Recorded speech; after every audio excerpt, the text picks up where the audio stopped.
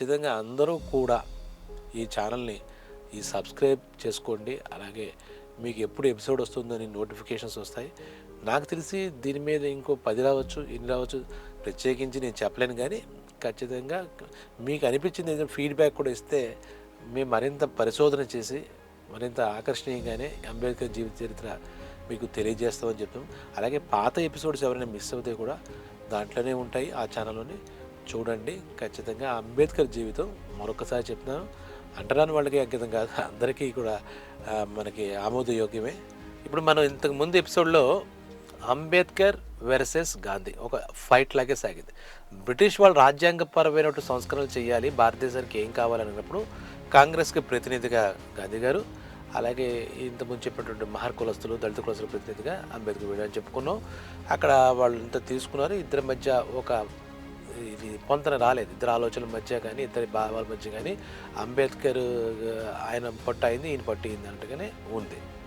సరే, ఇవన్నీ అయిపోయిన తర్వాత అనుకోవాల్సింది ఏంటంటే బ్రిటిష్లో ఫస్ట్ రౌండ్ టేబుల్ కాన్ఫరెన్స్లో కానీ సెకండ్ రౌండ్ మొత్తం బ్రిటిష్ ప్రభుత్వాన్ని ఒక రకంగా ఈయన వాక్చాతుర్యంతో కానీ ఈయన కావాల్సినటువంటి సహేతుకమైందని చెప్పే మాట ఒప్పించగలిగాడు ఆయన. మన అంబేద్కర్ గారి యొక్క ఆలోచన బాగుంది కదా అన్నారు. ఎందుకంటే అక్కడ ఆయన కోరుకుంది ఏంటంటే ఒక ప్రత్యేక నియోజకవర్గాలు మాకు కావాలి, దాంట్లో కూడా మా వాళ్ళే అంటున్న వాళ్ళు అస్పృశ్యులుగా పిలువబడుతున్న వాళ్ళే ప్రాతినిధ్యం వహించాలి తప్పితే మీరు రిజర్వ్ సీట్లు ఏదో పెట్టారు, లింక్ పెట్టారు, ఒక లిటిగేషన్ మాకు వద్దు, డైరెక్ట్గా ఓపెన్గా మాకు ఇవ్వండి అని చెప్పి బ్రిటిష్ ప్రభుత్వానికి చెప్పారు. ఆ విషయాన్ని నేను ఒప్పుకోలేదు, హిందూ సమాజం యొక్క ఐక్యత నేను భంగపరిచి తెచ్చుకోలేదు, ఇప్పటికే దరిద్రంగా ఉంది, ఇటువంటి విభజనలు కానీ విచ్ఛిన్నతను కానీ నేను ఒప్పుకోనని చెప్పాడు. అదంత వరకు మనం విన్నాం.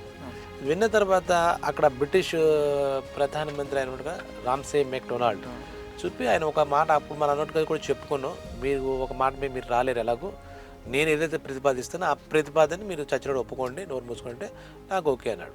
అంబేద్కర్ కూడా అన్యమనస్కంగా ఓకే అన్నాడు. అది కర్ర పెరగలేదు, పాము చావలేదంటే అటువంటి పరిస్థితుల్లో బ్రిటిష్లో రెండో రౌండ్ టేబుల్ కాన్ఫరెన్స్ వెళ్ళారు. మళ్ళీ ఇండియా బొంబాయికి మన గాంధీ గారు వచ్చారు.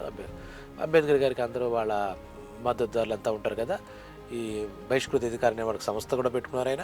అలాగే మహర్ కులస్తులు, హక్కుల కోసం పోరాడుతున్న వాళ్ళు అంతా కూడా స్వాగతం పలికారు. ఏమైంది ఏంటో నాకేం అర్థం కావట్లేదు, ఏం సాధించాము కూడా నాకేమీ క్లియర్గా లేదు, మహాత్మా గాంధీ అయితే దానికి అడ్డుపడ్డాడు మన దానికి అనే విషయం చెప్పాడు. చెప్పిన తర్వాత కొన్నాళ్ళు 1932 ఆ టైంకి మనం చెప్పాం కదా, రామ్సే మెక్డొనాల్డ్ ఒక రెజల్యూషన్ పాస్ చేశాడు.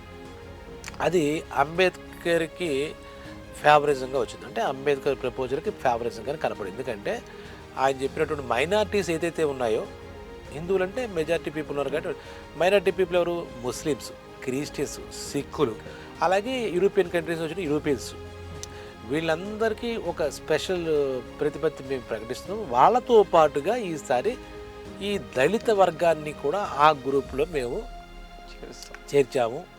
సో అక్కడతో అంబేద్కర్ ఒక నైతిక విజయం సాధించినట్టుగా ఆనందపడ్డాడు. వాళ్ళందరూ కూడా కంగ్రాట్స్ అంబేద్కర్, మనకు ఒక గుర్తింపు వచ్చినట్టే, ఈ ఫైట్కి ఒక షేప్ వచ్చింది. ఇన్నాళ్ళు మనం బాధపడిన దాంట్లో వచ్చి బ్రిటిష్ వాళ్ళకి అర్థమైంది కాబట్టి ఇది వచ్చింది అని చెప్పేసి వాళ్ళంతా దళిత వర్గానికి ఒక ప్రత్యేక ప్రతిపత్తి అందరితో పాటు మైనారిటీ వర్గాలతో సమానంగానే గుర్తించారు, మైనారిటీ వర్గాలతో సమానంగా గుర్తించారు. అంటే ఈయన కోరినటువంటి నియోజకవర్గాలు ఇస్తాము. వీళ్ళందరికీ ముస్లిమ్స్ కొన్ని నియోజకవర్గాలు, క్రిస్టియన్స్ కొన్ని నియోజకవర్గాలు అలాగైతే ఉన్నాయో, సిక్కులకి వీళ్ళకి అందరికీ ఉన్నాయో, యూరోపియన్స్ కూడా 1-2 ఉంటాయి, ఆంగ్లో ఇండియన్స్, యూరోపియన్స్ అలాగా. ఈ దళితులకి ఇప్పటిదాకా అసలు 1% కూడా అధికారం లేని ఈ పరిస్థితుల్లో ఇచ్చారు. చాలా మంచి పరిణామం అది యాక్చువల్గా. ఈ విషయం ఏంటంటే కొంచెం అప్పటి వైస్రాయ్తో గొడవలు రావడం వల్ల గాంధీ గారి చెవిని పడలే. ఇది ఏదైతే ఉందో అప్పుడు ఇప్పటిలాగా ఇంత స్పీడ్గా లేవు కదా ఇంటర్నెట్లో అలాంటివి. ఈ కమ్యూనికేషన్ ఆయన ఒక చోట ఉండడం, ఈయన ఉండడం, వైస్రాయ్ ఏం చేశారంటే గాంధీ గారు అన్నింటికి అపోజిట్గా మాట్లాడుతున్నారని చెప్పి తీసుకెళ్ళి ఈయన మళ్ళీ ఒకసారి నిర్బంధించారు. బ్రిటిష్ వాళ్ళకి ఏంటంటే ఎవరైతే ఈ మాట గట్టిగా మాట్లాడితే వాళ్ళ గొంతు నొక్కి అది కారాగారంలో పడేయడం ఒక అలవాటు, తొక్కేయడం ఒక రకంగా మాట్లాడారు. ఈ గాంధీ గారిని అందులో పెట్టేశారు, పెట్టేసి నిర్బంధించారు కారాగారంలో. దాంతో ఈ విషయం ఆయన చేరేసరికి కాస్త ఆలస్యమైంది. ఏం జరిగింది తర్వాత ఉంటారు కదా ఆయన అనుచరులు లేదా ఆయన కాంగ్రెస్ సంబంధించిన ప్రతినిధులు ఉంటారు, మహాత్మా గాంధీ ఇలాగ దళితులకు కూడా అందులో సంస్కరణలో భాగంగా ప్రత్యేక నియోజకవర్గాలను పెట్టారు. ఈ రామ్సే మెక్డొనాల్డ్ బ్రిటిష్ ప్రధానమంత్రి గారు ఆయన ఇచ్చారు అని చెప్పేసి చెప్పారు. ఒక్కసారిగా హఠాత్తుగా అయ్యాడంటారు కదా, సడన్గా షాక్ గురి అయ్యాడంటారే. హఠాత్తుగా గాంధీ గారు ఆశ్చర్యపోయి ఒప్పుకోను, ఈ ప్రక్రియకి నేను ఒప్పుకోను. హిందూ సమాజం, భారతదేశంలో హిందూ సమాజం ఇప్పటికీ ఇంత దరిద్రంగా ఉంది, మరింత విభజనకు గురి ఈ విచ్ఛిన్నత ఉంటే ఇంకెప్పటికీ మనం ఇలాగే ఉంటుంది. మళ్ళీ ఇంకో వేర్పాటువాదమా, మళ్ళీ ఇంకోట ఐకమత్య మహాబలం స్వాతంత్ర ఉద్యమంలో మనం ఉన్నప్పుడు మళ్ళీ ఈ ప్రక్రియలతో వాళ్ళు మళ్ళీ విడగొడతారు, విభజించి పాలిస్తారు అన్న టైప్లో ఈయన నేను ఎట్టి పరిస్థితుల్లో ఒప్పుకోను. ఒకటి వాళ్ళకి ఏదైనా ప్రత్యేక నియోజకవర్గాలు ఇచ్చినా కూడా అస్పృశ్యత అంటరాంతరం వెంటనే పోతుందా? నియోజకవర్గం ఇస్తే పోతుందా? ఏదైనా సమిష్టిగా ఉండాలన్న దానికే నేను నిలబడి ఉంటాను. ఒకవేళ దీనికి ప్రతిపాదన ఉపసంహరించుకుని విత్డ్రా చేసుకుంటే సరే, లేదంటే భారతదేశం ఏదైతే ఉందో దాన్ని విభజించబడిపోతుంది, మరీ అధ్వానంగా తయారవుతుంది. నేను ఈ సిద్ధాంతాన్ని నమ్ముతున్నాను కాబట్టి అంబేద్కర్ ఏదైనా చెప్పచ్చు, ఆయన మాట కాదనట్లేదని ప్రస్తుత పరిస్థితుల్లో నేను దీనికి ప్రస్తుత పరిస్థితుల్లో అది ఎప్పటికీ నా కంఠంలో ఊపిరి ఉన్నంత వరకు నేను ఒప్పుకోను అని చెప్పేసి ఆయన ఒక ఎక్స్ట్రీమ్ స్టెప్ తీసేసుకుంటాడు. అండ్ మరి ఆయన విజన్ ఏంటో తెలియదు, కానీ అలా తీసేసుకుని నేను ఇప్పుడు తక్షణమే ఇది ఉపసంహరించుకోకపోతే, బ్రిటిష్ ప్రభుత్వమైనటువంటి ప్రధానమంత్రి వెనక్కి తీసుకోకపోతే దీన్ని నేను ఆమరణ నిరాహార దీక్ష కూర్చుంటాను, వాళ్ళు ఉపసంహరణ చేసే వరకు నేను దీక్ష కొనసాగిస్తాను, అవసరమైతే ఈ విషయంలో నా ప్రాణాలు కూడా అర్పిస్తాను, నేను నవ్వుతో చనిపోవడానికైనా సిద్ధం తప్పితే దీన్ని ఎట్ ఎనీ కాస్ట్ నేను ఒప్పుకోను అని ఒక ప్రతిపాదన చేశాడు. ఇది బ్రిటిష్ వాళ్ళకి ఎలా ఉంటుంది, వేడుగ్గా ఉంటుంది. వీళ్ళలో వీళ్ళు కొట్టు చేస్తే ఏముంది, వాళ్ళకి మాట్లాడరు. అప్పుడు ఏమైందంటే ఈ కాంగ్రెస్ అంటే ఈ హిందూ సమాజం మొత్తం భారతదేశానికి అంటే గాంధీ గారికి సంబంధించినటువంటి ఆ కాంగ్రెస్ను, ఈ అంబేద్కర్ గారికి సంబంధించినటువంటి వీళ్ళంతా కూడా వీళ్ళు ఒక సమావేశం అవుతారు. దేని గురించి ఎజెండా ఇప్పుడు అస్పృశ్య కాదు, ఇంకోటి గాంధీ గారి అమర నిరాహార దీక్ష, చస్తే ఏమిటి చావపోతే ఏమిటి, దీనికి ప్రతిపాదన మనం తగ్గాలా, తగ్గిదగినంచ బతకడం, మనం ఏదో ఒకటి చెప్పపోతే ఈ చచ్చూరుకుంటాడు, ఈ దీక్ష అంటాడు మొండోడు అసలే అని వాళ్ళు సమావేశం అవుతారు.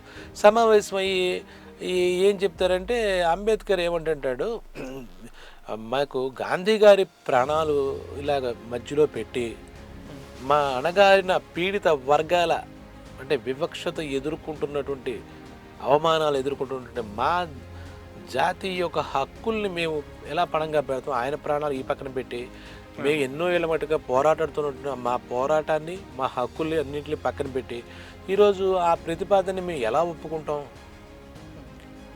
అది ఎంతవరకు కరెక్టు? గాంధీ గారు కూడా ఈ విషయంలో మా ప్రయోజనాలతో మా హక్కులతో ఒక రకంగా ఇలా ప్రవర్తించడం అది ఏదైనా సరిగా ఉందా అని ఆయన ఆక్రోశాన్ని వెలగక్కుతాడు మిగిలిన వాళ్ళ దగ్గర. మిగిలిన వాళ్ళు ఈయన సంబంధించిన వ్యక్తులు ఏమంటే అంబేద్కర్ నువ్వు చెప్పిందంత కరెక్టే, కానీ ఒకవేళ ఈ సమయంలో మొత్తం భారతదేశానికి స్వాతంత్ర ఉద్యమానికి ప్రాతినిధ్యం వస్తున్న గాంధీకి ఏదైనా చచ్చాడనుకో అది మొత్తం మన వర్గానికే వేసేస్తాడు, పైపెచ్చు దీనికి నాయకత్వం నిన్ను ఇంకా ఆడిపోసుకుంటారు, నువ్వు కొంచెం ఓపికగా ఆలోచించు, అంతే తప్పితే నువ్వు ఈ రకంగా మొండిగా ఉంటే ప్రమాదం ముంచుకొచ్చే బదులుంటే వాళ్ళతో అంటాడు, అరే నేను ఒప్పుకోలేకపోతున్నా, 1000 ఏళ్ల పోరాటం, వేల సంవత్సరాల నుంచి మన వాళ్ళు మహాకులస్తులు ముఖ్యంగా దళిత జాతులు ఎంత బాధపడుతున్నారా, ఇప్పుడు దాకా ఈ రోజు కూడా మనకి ఏది లేదు, ఇక్కడ దాకా తీసుకురావడానికే ఈ పోరాటం చేయడానికి అంత సులభంగా అవ్వలేదు, ప్రతి చోట మనకున్న అడ్డంకులు ఇంకోటి లేవు, కనీసం మన మనుషులుగా కూడా గుర్తించట్లే కదా, ఇప్పుడు మహాత్మా గాంధీ గారి ప్రతిపాదనలను ఎడ్డింగ్ పెట్టుకుంటే ఇంకో 1000 సంవత్సరాలున్నా మన బతుకులు ఇలాగ ఉంటాయి, మహర్జాతి బతుకులు అంటే ఇలాగ కుక్క బతుకులే, అత్యంత నీచంగా మనం బతకాల్సి వస్తుంది, మన తరం ఇలాగ పడ్డాం, మన తర్వాత తరాలు కూడా ఇలాగ బతకాలంటారా? నేను ఎందుకు ఒప్పుకోలేకపోతున్నాను, మన మహర్జాతీయుల ప్రయోజనాలు గాంధీ గారు కేవలం ఆత్మత్యాగం చేస్తాడు, ఆమరణ చేస్తున్నాడని నేను నా ప్రతిపాదన వచ్చిన మంచి విషయాన్ని నేను వదిలేసుకుంటే ఏమవుతుందని నాకు అనిపిస్తోంది. మళ్ళా మన పురోగతి ఇప్పటిదాకా వచ్చిన పురోగతి మళ్ళీ ఇప్పటి నుంచి 0 నుంచి 4 అడుగులు పైకి ఎదిగాం, ఇప్పుడు మళ్ళీ ఏమైంది, కిందకు పడిపోయింది, మళ్ళీ శూన్యం. మన పురోగతి ఏదో వచ్చిందని కాసేపు ఆనందపడేంత అవకాశం కూడా లేదు, వీళ్ళు హిందూ సమాజం పేరు చెప్పే ఈ అగ్రవర్ణ కులాల వాళ్ళు, ఈ కాంగ్రెస్కి ప్రాతినిధ్యం వాళ్ళు ఎప్పటికీ కూడా అణగారిన వర్గాలు ఎదగడానికి వాళ్ళ మనసు ఒప్పుకోదు. మన బతుకులు ఇలాగే ఉండిపోవాలని వాళ్ళు నిరంతరం తప్పిస్తుంటారు. మహాత్మా గాంధీ గారి సిద్ధాంతాలు ఏమిటనేది ఆయన నేను ఇప్పుడు మాట్లాడను, కానీ ప్రస్తుత పరిస్థితి అయితే నేను అసలు ఒప్పుకోబుద్దవట్లే, ఆయన కాన్షియస్ ఒప్పుకోవట్లే. ఇక్కడ దాకా వచ్చాక ఆయన ఏదో బెదిరిస్తున్నాడు, బ్లాక్మెయిలింగ్ చేస్తున్నాడు, చచ్చిపోతానంటున్నాడు. ఈయన అంటే మొత్తం ఇలాగా అంటరాని వాళ్ళు, అస్పృశ్యులు ఇలాగా విడిపోవడం, హిందూ సమాజంలో వాళ్ళు అంతర్భాగం, అది ఇది అంటాడు. అంతర్భాగం ఉన్నప్పుడు మన హక్కుల గురించి ఎందుకు మాట్లాడు, అది చెప్పేసి అంబేద్కర్ చాలా చాలా చాలా బాధపడతాడు.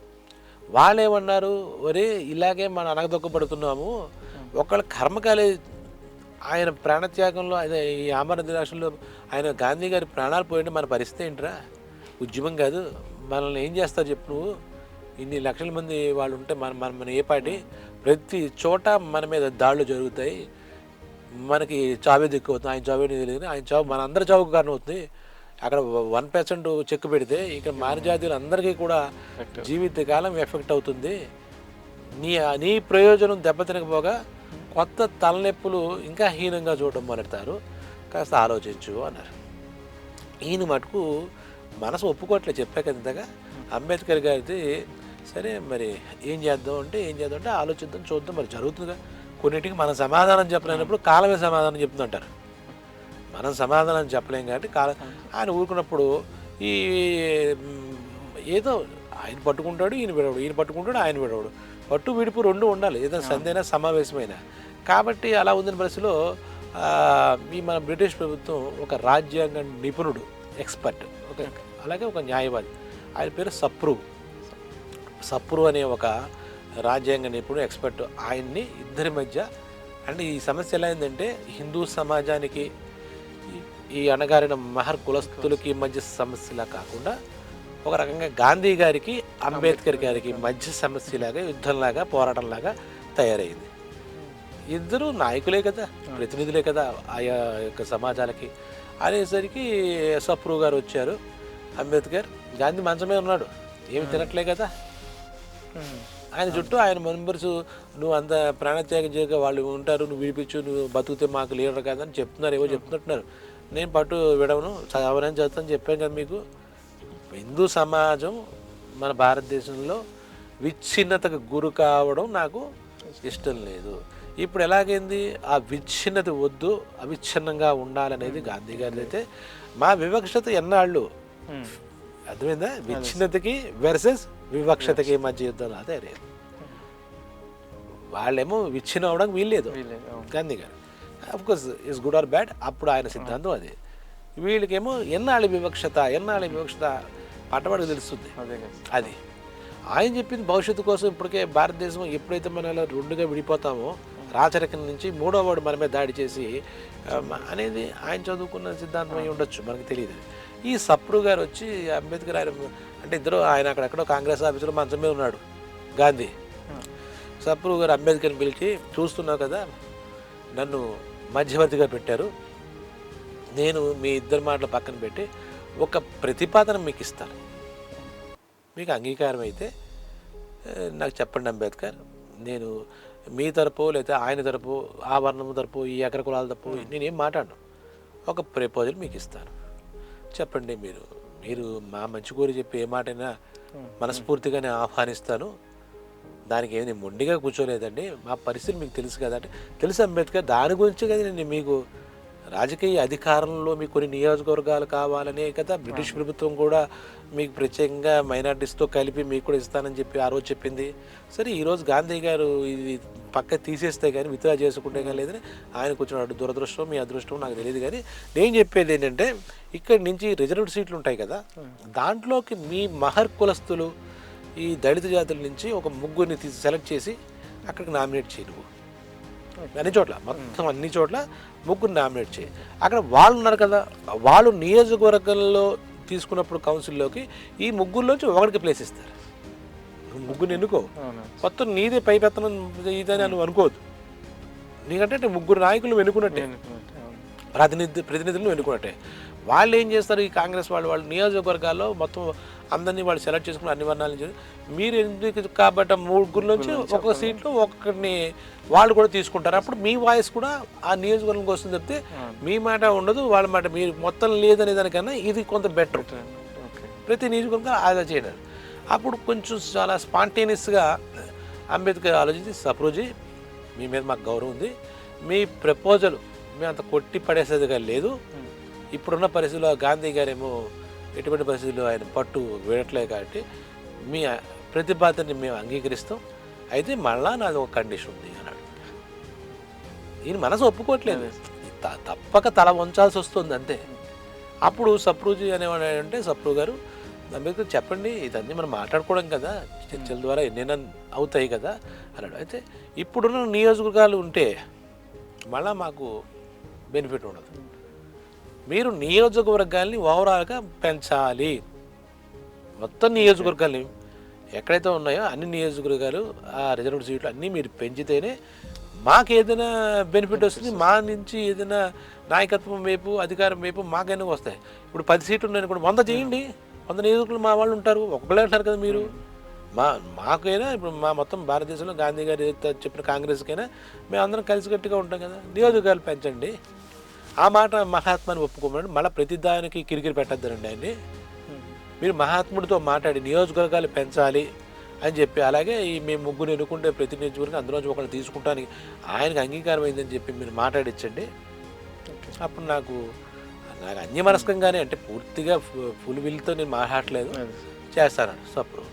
అప్పుడు సప్రు అన్నాడు, దానికి నువ్వు అంబేద్కర్ నువ్వేం వరి అవ్వకు, నువ్వు నా మాట మన్నించినందుకు, నా ప్రపోజల్ నువ్వు ఆమోదించినందుకు, నా ప్రతిపాదన నాకు ఇక్కడ వరకు నేను సక్సెస్ అయ్యాను, నేను మహాత్మా గాంధీతో నేను మాట్లాడతాను, ఈ నియోజకవర్గాలు పెంచాలి అనే విషయం మీద నాకు తెలిసి మహాత్మా గాంధీ అదే కాదంటాడని నేను అనుకోవట్లేదు, దాంట్లో ఇప్పుడైనా మించిపోతుంది తరుణం, ఆయన ఏ క్షణాన్ని ఏదైనా అయిపోతే చచ్చిపోతే చాలా చాలా గొడవలు జరుగుతాయి, మొత్తం మీద అందరికీ అన్యాయం అయిపోతారు, మీరు ఒకలే కదా అందరూ అన్యాయం అయిపోతారు భారతీయులందరూ ఆయన నచ్చజెప్పాడు. అక్కడితో సప్రు అంబేద్కర్ని ఇక్కడ వరకు ఒప్పించగలిగాడు అనమాట. సరే, అంబేద్కర్ని ఆ విధంగా ఒప్పించాడు సప్రు. అక్కడి నుంచి గాంధీ గారు ఉన్నటువంటి ఎరవాడ అని అక్కడ జైల్లో నిర్బంధించారు ఆయన. అక్కడే ఈ ఆమరణ నిరాదీక్ష ఇందాక అనుకున్నట్టుగా కాంగ్రెస్ వాళ్ళు కూడా అక్కడే మీట్ అవుతున్నారు అనమాట. కాంగ్రెస్ భవన్ కాదు, నిర్బంధించారు అనుకున్నాం కదా, వైస్రాయ్ ఎరవాడ అని ఆ ఏరియాలో పెట్టారు. పెడితే సప్రు గారు చెప్పారు, ఇలాగ ఇది జరిగిందండి, ఇది జరిగిందని చెప్పాడు. సరే మంచిది అన్నాడు. అనే వెంటనే అంబేద్కర్తో ఏమన్నాడంటే, నువ్వు మర్యాద కోసం ఇలా జరిగింది అని చెప్పి నువ్వు, ఆయన మంచం మీద ఉన్నాడు కాబట్టి ఇక పట్టుదలకు వెళ్ళకుండా 20 ఏళ్ళ జైలుకి వెళ్ళి ఇలా జరిగిందని చెప్పి నువ్వు ఆయన్ని మాట్లాడి కలిసి మాట్లాడితే అది ఒక ఆనర్గా ఉంటుంది అని చెప్పాడు. నాకేముంది అందులో, గాంధీ గారిని నేనేమి విభజించట్లే కదా, ఆయన ఇప్పుడు ప్రస్తుతం ఈయన తీసుకున్న నిర్ణయాన్ని, ఆయన సిద్ధాంతమైనటువంటి మా హక్కులు దెబ్బతీస్తున్నాయి కాబట్టి నేను సప్రు మాట మీద ఈయన ఎర్రవాడ జైలుకి వెళ్ళాడు. ఎర్రవాడ జైలుకి వెళ్ళి ఆయన మంచం మీద పడుకుని ఉంటే ఆయన దగ్గర కూర్చుని, గాంధీజీ మీరు మాకు అన్యాయం చేశారు, అక్కడ కూడా వదలలే అంబేద్కర్ ఆయన మాట ఒకటే కదా, మీరు అన్యాయం చేశారు కానీ ఇంకా కొన్ని పరిమితులకు లోబడి నేను సప్రు గారి ప్రతిపాదనని ఒప్పుకోక తప్పలేదన్నాడు. అంబేద్కర్ నువ్వు అన్యాయం చేశాని మాటే నువ్వు నమ్మితే ఎప్పటికీ నేను అన్యాయం చేసిన మాటనే నువ్వు నమ్మాల్సి ఉంటుంది. నేను ఈ విచ్ఛిన్నతను నేను ఏ రోజు సమర్థించను, ఈ రోజు కాదు మళ్ళీ ఇదే విషయాన్ని రేపు వచ్చినా కూడా నేను నా ప్రాణాన్ని వదులుకుంటాను, కానీ భారతదేశంలో హిందూ సమాజం రెండుగా విడిపోవడానికి మాత్రం నేను ఎట్టి పరిస్థితుల్లో ఒప్పుకోను, నాది అన్యాయంగా భావిస్తే అది అన్యాయమని అనుకున్నాను పర్వాలేదు అని చెప్పేసి ఈయన చెప్పేస్తాడు అనమాట. ఆ తర్వాత అంటే మీరు ఇంత చెప్తున్నాం కదా, మీకు ఇన్నిసార్లు చెప్తున్నా మీకు అర్థమవుతుందని నాకు తెలియదు, మా ప్రజలు అంటే మహర్ ప్రజలకి పట్ల మీ ధోరణి ఏంటి, మరి దాన్ని కూడా మరి మీరు ప్రస్ఫుటం చేయాలి కదా, మీ ప్రతిపాదనలు చాలా పాయింట్లు పెట్టేస్తున్నారు, మీ ప్రతిపాదన ఇప్పుడు ఏం మాట్లాడితే మీరు ఆమరణ నిరాహార దీక్ష అంటున్నారు. మాకు కాళ్ళు కట్టేసినట్టు కళ్ళ గంతలు కట్టేసినట్టు అయిపోతుంది తప్పితే మిమ్మల్ని రక్షించుకోవాలంటే మా ప్రయోజనాలు కాస్త మంట కలుస్తాయి. మా ప్రయోజనంలో ఫైట్ చేస్తే మీరు ఎప్పుడు పోతారనే భయం మాకు కూడా ఉంది. మా ప్రజలకు కూడా మీ ప్రజలు అనే విషయం లేదంటే అప్పుడు ఆయన ఒక మంచి మాట అంటాడు, కౌంటర్ అనుకోండి, ఇప్పుడు పంచులు అంటామే అలాగా. అంబేద్కర్ నీకు తెలియని విషయం ఒకటి చెప్తాను విను, నువ్వు పుట్టుకతో అంటరాని వాడివి. నేను అంటరాని మతాన్ని స్వీకరించడంతో ఇప్పుడు నన్ను కూడా అంటరాని వాడు నువ్వు అనొచ్చు. ఈ ఫైట్ నీది కాదు, నువ్వు పుట్టుకతో అయ్యావు, నేను తీసుకున్నాను అంటరాని మతాన్ని, నేను తీసుకున్నాను. అందరి సమస్యలు తెలియాలి, అందరి సమస్యలు తీర్చిదిద్దాలని చెప్పేసి నేను అంటరాని వాడినే. నువ్వేదో అనుకుంటున్నావు, నువ్వు పుట్టుకతో అంటరాని వాడివి తప్పితే నేను స్వీకరించడం ద్వారా అంటరాని వాడివి, అంటరాని వాడిని నేను, నువ్వేం మాట్లాడుతున్నావు అన్నాడు. ఆయనకి ఈయన మాటలన్నీ ఇప్పుడు నచ్చకపోతే మనకి ఎంత మంచి మాట చెప్పినా రుచించదు. అలాగే ఈయన కూడా నచ్చలేదు అనుకుంటే ఈ సిద్ధాంతం నచ్చలే కదా, విచ్ఛిన్నత అని. అందువల్ల ఈయన మెప్పించడానికి కూడా ఇటువంటి మాటలు మాట్లాడి ఉండొచ్చు. ఇద్దరి మధ్య సరైన సయోధ్య, సరైన ఆలోచన, సమన్వయం లేనప్పుడు ఏమవుతుంది, ఒకళ్ళని మీద ఒకళ్ళు ఏదో మాట్లాడుకున్నట్టు ఉంటుంది తప్పితే మాటల కోసం మాటలు తప్పితే అందులో సీరియస్నెస్ భావజాలం కలవనప్పుడు ఏముంటుంది, ఎంత ప్రేమగా మాట్లాడినా తేనె పూసిన కత్తిల్లాగా ఉంటాయి. ఈయన గాంధీ గారి మాటలని విశ్వసించట్లేదు. నిజంగా చెప్పాలంటే అక్కడ సిచ్యువేషన్లో గాంధీ గారు కూడా కాకపోతే ఒక కాయిన్ వేసి పడేశాడు. నువ్వు పుట్టుడుతో నువ్వు అంటరాని వాడివే తప్పితే నేను స్వీకరించిన నేను అంటరాని అన్నాడు. అది వింటే ఎలా ఉంటుంది మొత్తం భారతదేశంలో భారతీయులందరికీ అందరి తరపున ఈయన మాట్లాడిన షేడ్లో కనపడుతుంది. చూస్తే మహాత్మా గాంధీ గారి స్టేట్మెంటు, నేను స్వీకరిస్తున్నాను, నీ పేరు నేను స్వీకరిస్తున్నాను, నీ అంటరాని దాన్ని నేను స్వీకరిస్తున్నాను, నేను అంటరాని వాడిని నేను చెప్పుకుంటాను ఈరోజు అన్నట్టుగా ఆయన ఎమోషన్గా మాట్లాడాడు. ఇంకా అంబేద్కర్ ఏం మాట్లాడతాడు, సరేనండి అయితే ఒక మాట, మీరు ప్రతిపాదించిన విషయాలన్నీ మేము ఒప్పుకొనలేము, మీరు మా విషయంలో మా అబ్జెక్షన్స్ మేము చెబుతూనే ఉంటాము.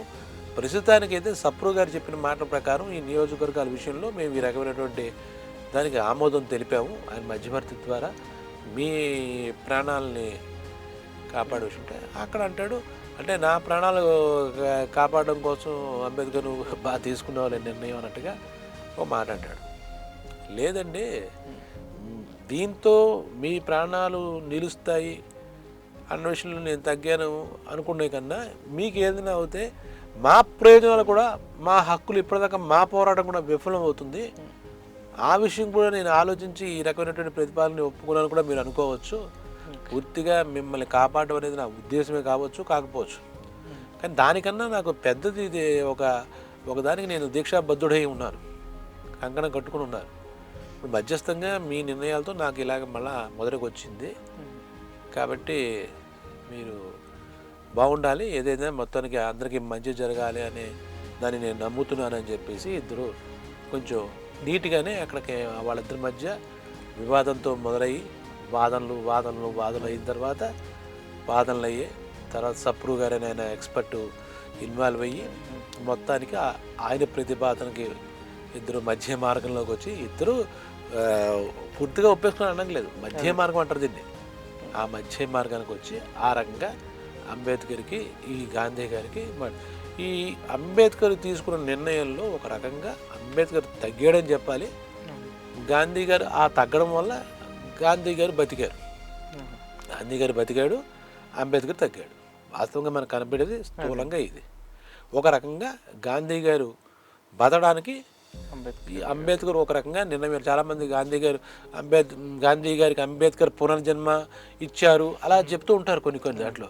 దాని వెనకాల అసలు రహస్యం ఇది. పునర్జన్మ ఏమంటే ఆయన నిజంగా మొండి కట్టుకుని ఇంకో 4 రోజులు తినకన్నా తాకన్నా కూర్చుంటే చచ్చూరుకునేవాడేమో ఆయన గాంధీ. అయితే మనం ఒకటి తెలిస్తే భగవంతుడు ఒకటి తెలుస్తాడు అన్నట్టుగా గాంధీ గారు చూస్తే ఇంత గొడవే ఉంది, ఈ స్వాతంత్రం ఏముంది, అంబేద్కర్ గారు ఏముంటుంది, ఏదో రకంగా మొత్తం మీద భారతదేశాన్ని భగవంతుడు కాపాడాలనుకున్నట్టుగా అంబేద్కర్ మొండి పట్టుదల పట్టలేదు. ఎందుకంటే ఆయన చదువుకున్నవాడు, కష్టం సుఖం చేసినవాడు, విజ్ఞానే కాబట్టి దాన్ని తెగే వరకు లాగలేదు పాపం. అలాగే గాంధీ గారు మనం ఆయన అంటే రెండు ఉంటాయి కదా. ఒకటి గాంధీ గారు కరెక్ట్ అనిపిస్తుంది కొన్ని కోణాల్లో, అంబేద్కర్ గారికి నిజమే కదా పాపం అని అనిపిస్తుంది కదా. ఆ రకంగా అక్కడ సప్పురు గారు నేను ఇచ్చినటువంటి నియోజకవర్గాల్లో ఈ దీంట్ వల్ల ఆ నిర్ణయం ఆమోదమైంది. ప్రతిపాదన కొంతవరకు సద్దుమడిగింది గొడవ. పూర్తిగా నిప్పు ఆపారు, లోపల ఎక్కడో ఉంటుంది. నివురు కప్పి నిప్పు అంటారు కదా, మొత్తం అంతా నివురు అంటే ఇలా కట్టేసి ఉంటుంది, లోపల ఎక్కడో నిప్పు ఉంటుంది. మళ్ళీ ఏదో గాలి వీస్తే ఆ నిప్పు మంటలో బయటపడతాయి. అలాగా అక్కడికి సర్దుమడిగింది అనమాట. అలాగా ఆ సంవత్సరం అంటే ఇది ఎంత అయిపోయిన తర్వాత గాంధీ గారు వీళ్ళిద్దరి మధ్య సయోధ్య కుదిరాక ఒకరి సమ్మతమే ఈ నిర్ణయం అయిన తర్వాత 1932 సెప్టెంబర్ 24న మీరు దీనికి ఒక రాసుకోవాలి కదా, ఊరికే మాట అనేసుకున్నారంటే తూచంటే మళ్ళీ రేపొద్దున. అందుకని చెప్పేసి ఒక ఒడంబడిక అంటే అగ్రిమెంట్ రాసుకున్నారు. గాంధీ గారు చెప్పినటువంటి పాయింట్స్, ఇలాగా అంబేద్కర్ గారు చెప్పిన పాయింట్స్, ఇద్దరికి మధ్య జరిగిన సమ్మతమైనటువంటి ఆమోదాలు ఇవన్నీ రాసుకుని వాళ్ళిద్దరూ కూడా సంతకాలు ఆ ఒడంబడిక మీద చేశారు. మరి వీడేదో చిత్తుకాయలు మీరు రాసేసుకుని సంతకాలు పెట్టేసుకుని కుదరదు కదా. దానికి బ్రిటిష్ ఆయన ఉన్నారు కదా, రామ్సే మెక్డొనాల్డ్, ఆయన అంగీకారం తెలుతూ అంగీకారం ముద్ర కూడా దాని మీద వేశాడు. వేసేసిన తర్వాత ఇవన్నీ జరిగాయి కదా, మళ్ళీ సక్సెస్ అయింది కాబట్టి మళ్ళీ వీళ్ళు వాళ్ళు కూర్చొని ఒక సమావేశం.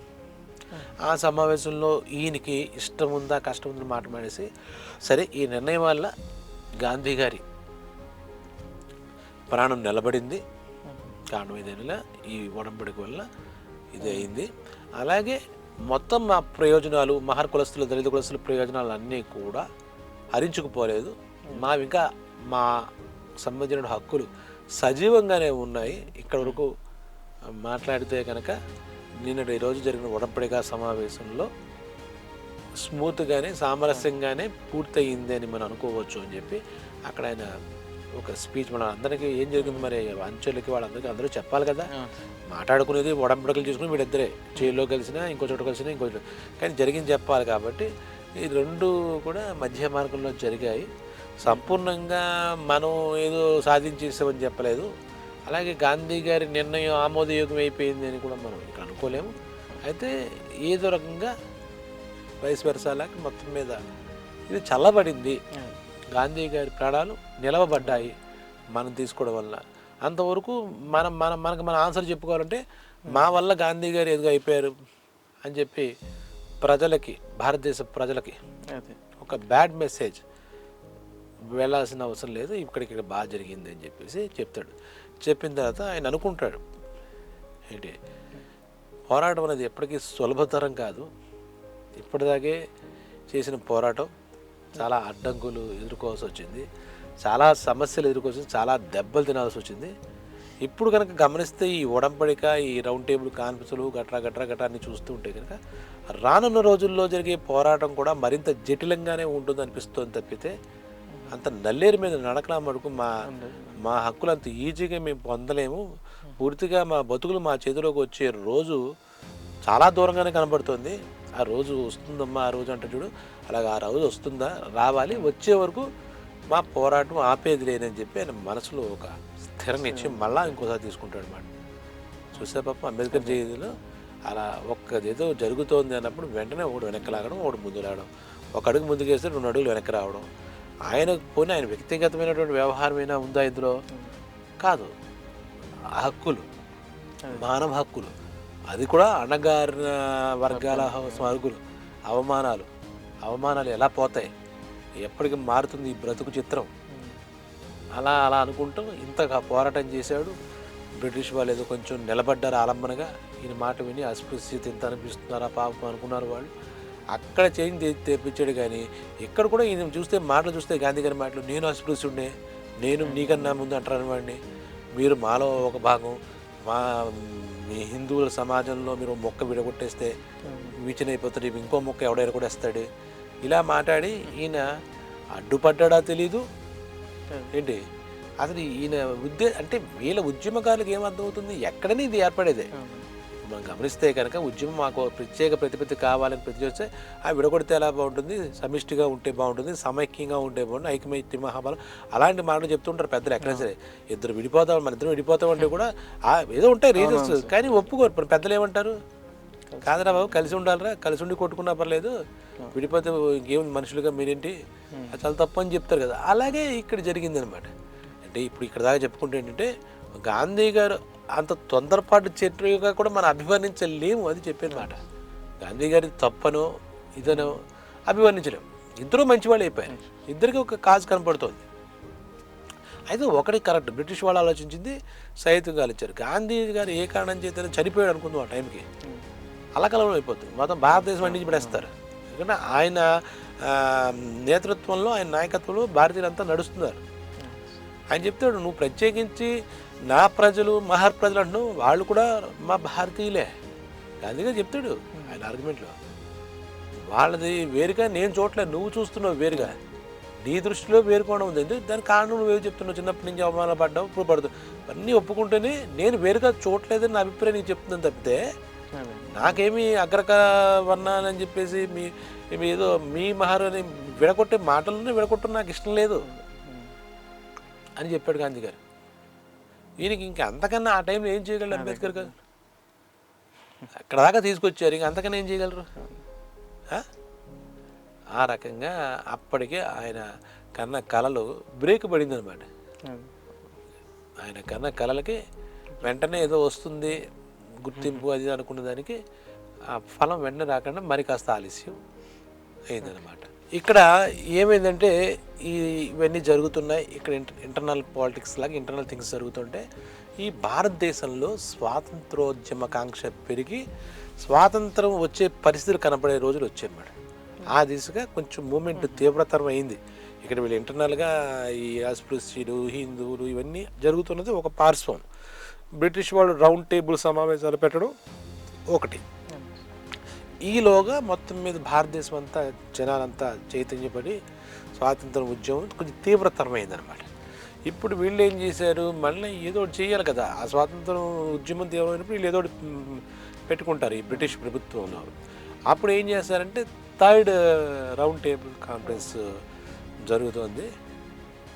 దాంట్లో మనం మాట్లాడుకోసం ఈ ఫస్ట్ 2 కాన్ఫరెన్స్ల్లో ఏవైతే ఫుల్ఫిల్ అవ్వలేదో ఆ విషయాలంటే ఖాళీలు పూరించండి అంటాం కదా, అలా అవుతుంది, మీరు రండి అని చెప్పారు.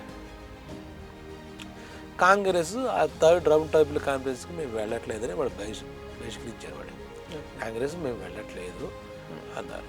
సరే వెళ్ళపోతే వెళ్ళిపోయారని చెప్పి వాళ్ళు కొంచెం రాజ్యాంగ సభలో ఫిల్ ఇన్ ద బ్లాంక్స్ వాళ్ళే రాసేసుకుని ఒక శ్వేతపత్రం అంటారు కదా మనం వింటూ ఉన్నప్పుడు కూడా, ఆ శ్వేతపత్రాన్ని ఆ బ్రిటిష్ వాళ్ళు ఆ థర్డ్ రౌండ్ టేబుల్ కాన్ఫరెన్స్లో ఒకటి రిలీజ్ చేశారు. ఇప్పటిదాకా రాజ్యాంగపరమైన సంస్కరణలు ఏమేమి చేయాలి అని అన్ని రాసుకుంటూ ఒక శ్వేతపత్రాన్ని అది చూస్తే ఈ అంబేద్కర్ థర్డ్ కాన్ఫరెన్స్ కూడా పిలుపు వచ్చింది. ఫస్ట్ రెండింటికి వెళ్ళాడు, పిలుపు వచ్చింది.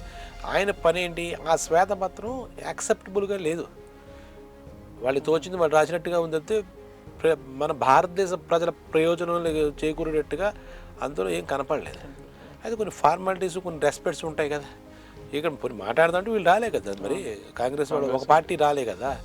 అక్కడ ఏం జరిగిందంటే శ్వేతపత్రం మీద ప్రసంగించడానికి ప్రతినిధిగా అంబేద్కర్ని కూర్చోపెట్టారు. బ్రిటిష్ పార్లమెంట్లో ఉభయ సభలు ఉంటాయి కదా, రాజ్యసభ లోక్సభ కనబడి వాటిలో సంయుక్త మండలి కౌన్సిల్ ఉంటుంది కదా.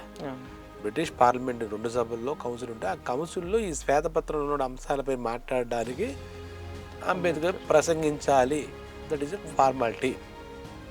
సరే ఇక్కడ దాకా వచ్చాం కదా, మనం చెప్పాల్సిన పాయింట్ చెప్పేసి వాళ్ళు ఆల్రెడీ శ్వేతపత్రాన్ని రిలీజ్ చేశారు కదా.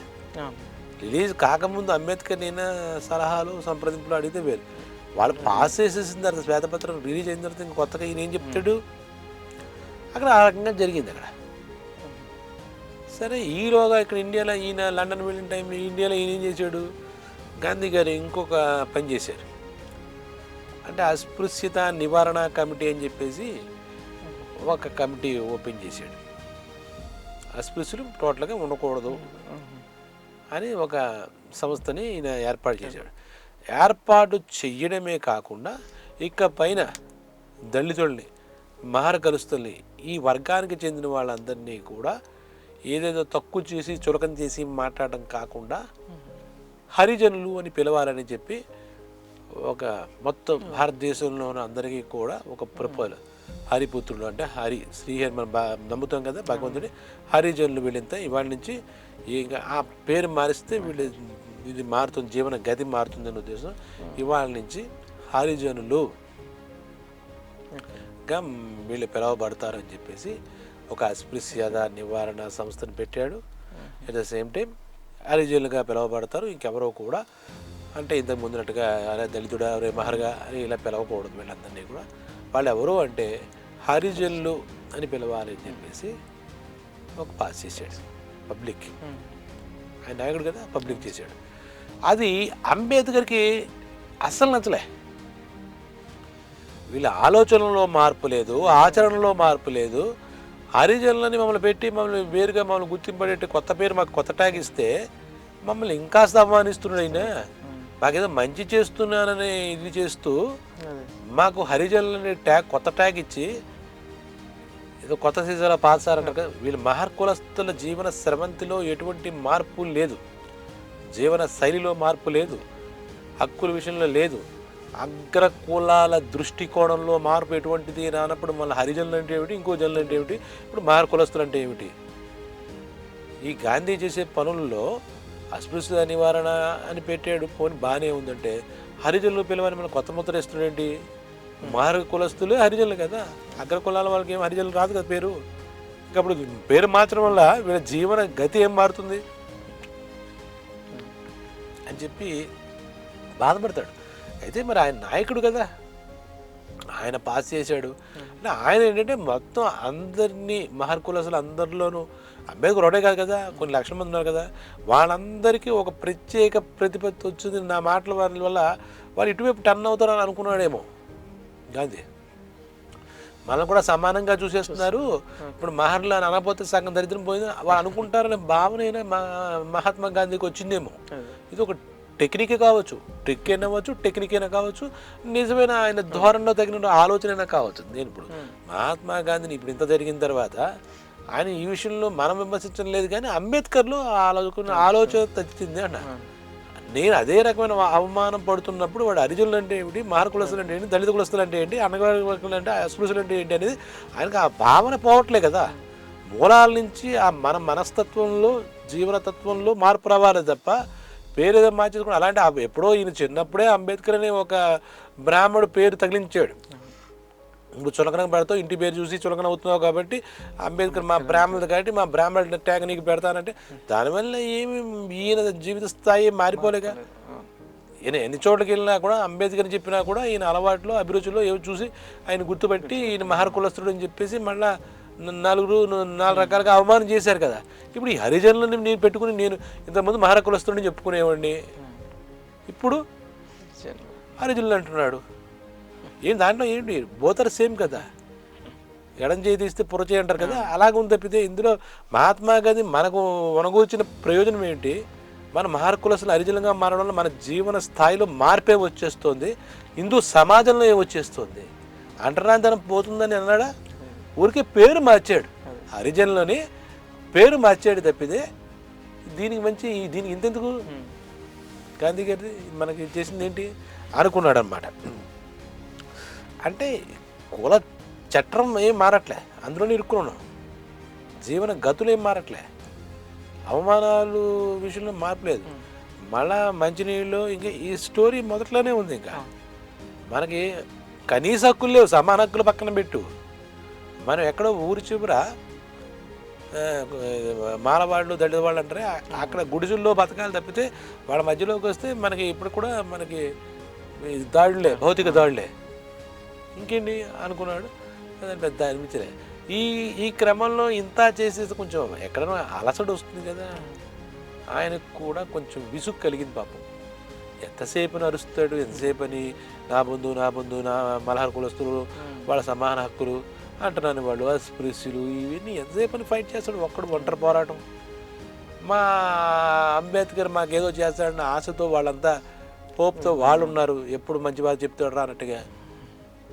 ఆ రకంగా సాగినప్పుడు దీనికి కొన్నాళ్ళు విసిగెత్తిపోయాడు కాబట్టి కొంచెం రిలాక్స్ అవుదాం అనే ఉద్దేశంతో ఆయన మళ్ళీ కుటుంబం ఉంటుంది కదా, ఇన్నాళ్ళు ఈ గొడవల్లో పడి రౌండ్ టేబుల్ ఆ కుటుంబాన్ని ఒక రకంగా నిర్లక్ష్యం చేశాడు. వాళ్ళు జోలికి వెళ్ళలేదు. వాళ్ళు అసలు భార్య ఎలా ఉంది, అన్నయ్య ఎలా ఉన్నాడు, పిల్లాడు ఎలా ఉన్నాడు, ఒకడే పిల్లాడు మిగిలాడు కదా, ముగ్గురు చచ్చిపోయారు, ఒక అమ్మాయి చచ్చిపోయింది అని జీవితంలో.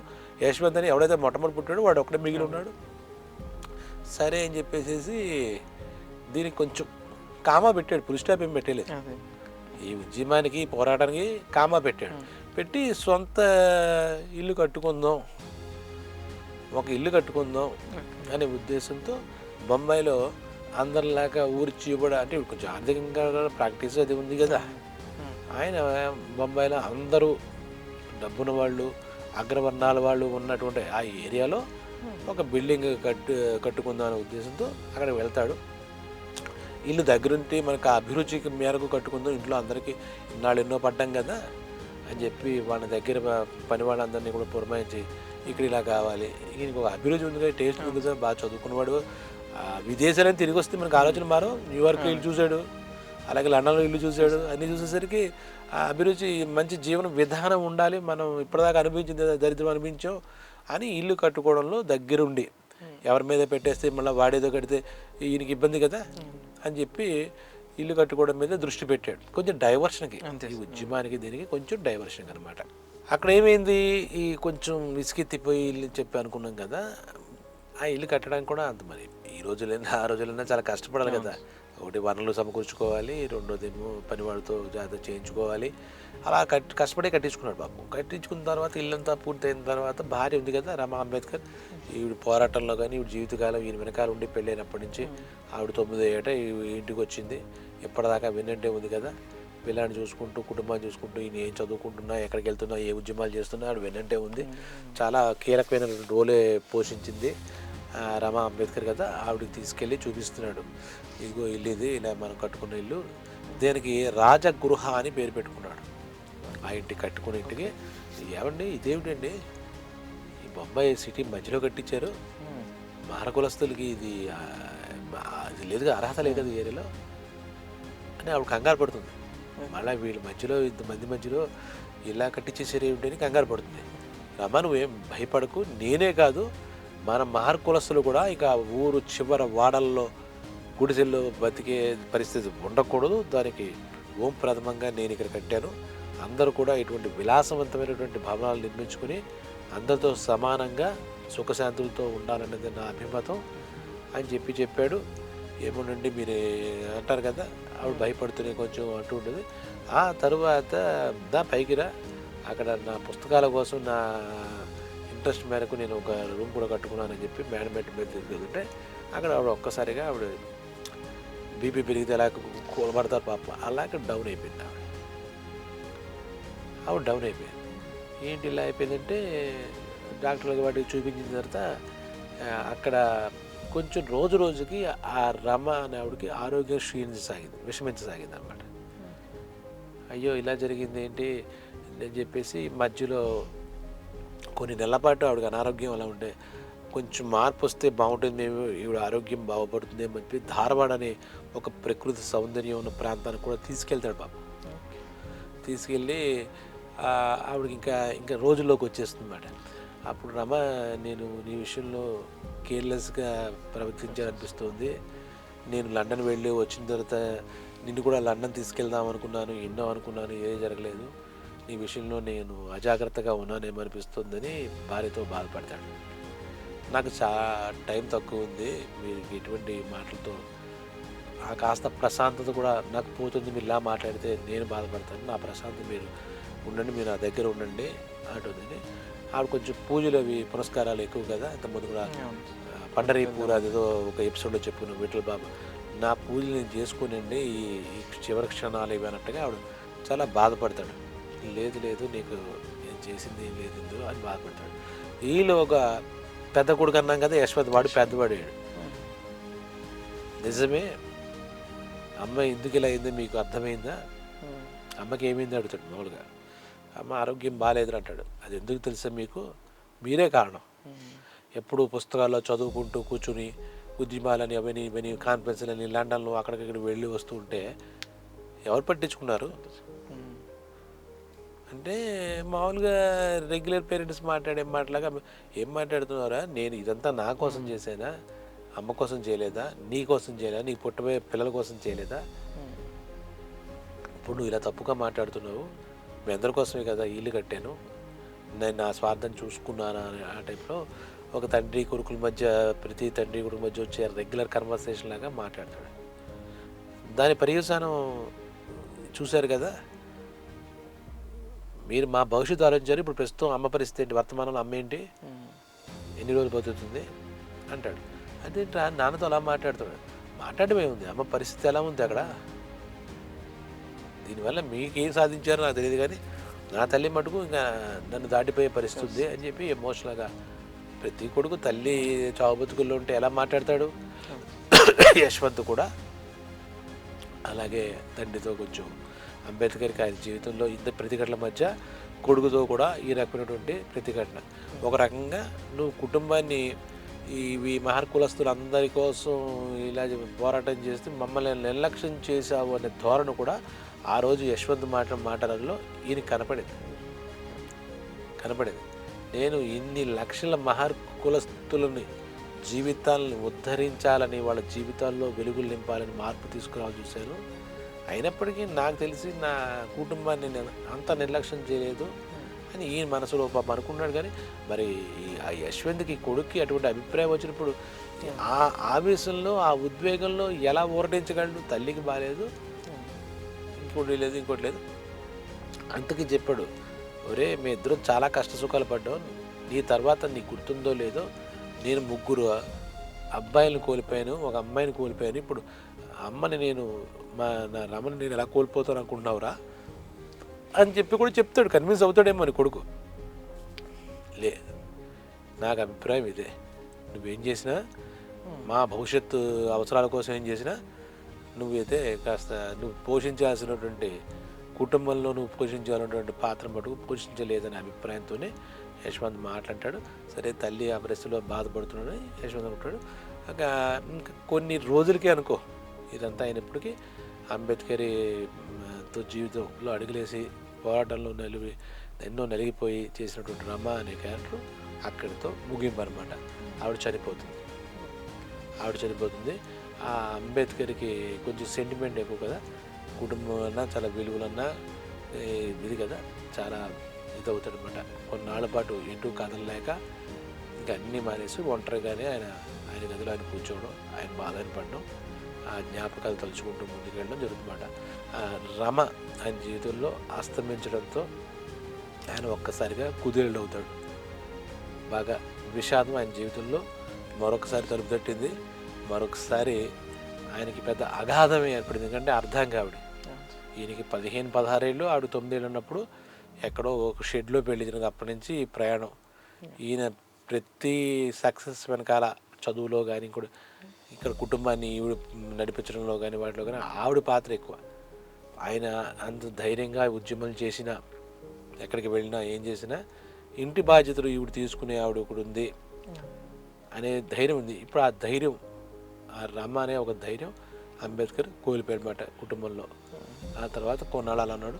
తర్వాత మళ్ళీ ఆయన మనసు ఎక్కడ దిటో చేసుకున్నాడు, మళ్ళా ఇందులోకి వెళ్ళాడు. ఆయన ఇందుకోసం జీవితంలోకి వచ్చాడు, ఈ భూమి మీదకి వచ్చాడు అనేది ఆ స్పృహ ఎలా కలిగింది, మళ్ళా తన వాళ్ళ కోసం తను మళ్ళా ఏ రకంగా దృఢత్వం తెచ్చుకుని లేచి నిలబడి మళ్ళా యుద్ధం వైపు ఎలా వెళ్ళాడు అనేది మనం నెక్స్ట్ ఎపిసోడ్లో చూద్దాం. అయితే ఇక్కడ అందరికీ మన అభిమానుల, మన వ్యూయర్స్కి, ప్రేక్షకులకి, ప్రేక్షక దేవుడు చెప్పేదంటే అంబేద్కర్ చరిత్ర ఒక అందరికీ ఆదర్శప్రాయం, ప్రతి ఒక్కరు తెలుసుకోవాలి. దీని నుంచి కూడా బాగా సూక్ష్మంగా ఆలోచిస్తే తెలుసుకోవాల్సిందే కాదు, నేర్చుకోవాల్సిందే. అవమానాలు ఎలా ఎదుర్కోవాలి ప్రతి మనిషికి జీవితంలో. ఇక్కడ అంటరాని వాళ్ళు వచ్చినాయి, ఏదో రకంగా అవమానాలు ఉంటూ ఉంటాయి, రకరకాలు. వాటిని ఎలా ఎదుర్కోవాలి, ఎలా యుద్ధం చేయాలి, దానికి ఏ రకంగా ఎదగాలనే విషయాలు తెలుస్తుంటాయి. కాబట్టి తప్పకుండా ఇది ఒక ఫార్మాలిటీగా నేను చెప్పట్లేదు, ఇటువంటి మంచి విషయాలు వినాలి అంటే ఈ ఛానల్లో మేము చెప్తున్నాం, మా యాజమాన్యం కూడా దీనికి ప్రోత్సాహిస్తున్నారు. ఖచ్చితంగా అందరూ కూడా ఈ ఛానల్ని సబ్స్క్రైబ్ చేసుకోండి. అలాగే మీకు ఎప్పుడు ఎపిసోడ్ వస్తుందని నోటిఫికేషన్స్ వస్తాయి. నాకు తెలిసి దీని మీద ఇంకో 10 రావచ్చు, 20 రావచ్చు. ప్రత్యేకించి నేను చెప్పలేను, కానీ ఖచ్చితంగా మీకు అనిపించింది ఏదో ఫీడ్బ్యాక్ కూడా ఇస్తే మేము మరింత పరిశోధన చేసి మరింత ఆకర్షణీయంగానే అంబేద్కర్ జీవిత చరిత్ర మీకు తెలియజేస్తామని చెప్తాం. అలాగే పాత ఎపిసోడ్స్ ఎవరైనా మిస్ అవుతే కూడా దాంట్లోనే ఉంటాయి, ఆ ఛానల్లోనే చూడండి. ఖచ్చితంగా అంబేద్కర్ జీవితం మరొకసారి చెప్తున్నాను, అంటరాని వాళ్ళకి అంకితం కాదు, అందరికీ కూడా మనకి ఆమోదయోగ్యమే. చూసి తెలుసుకోండి. దానివల్ల లేనిపోని అపోహలు మనలో ఇంత ముందు ఉండి ఉంటే, తారతమ్యాలు అపోహలు ఉంటే తొలగిపోయే అవకాశం ఉందని కూడా చెప్తూ మరో ఎపిసోడ్తో మళ్ళీ మేము ముందుకు వస్తాం. నమస్తే.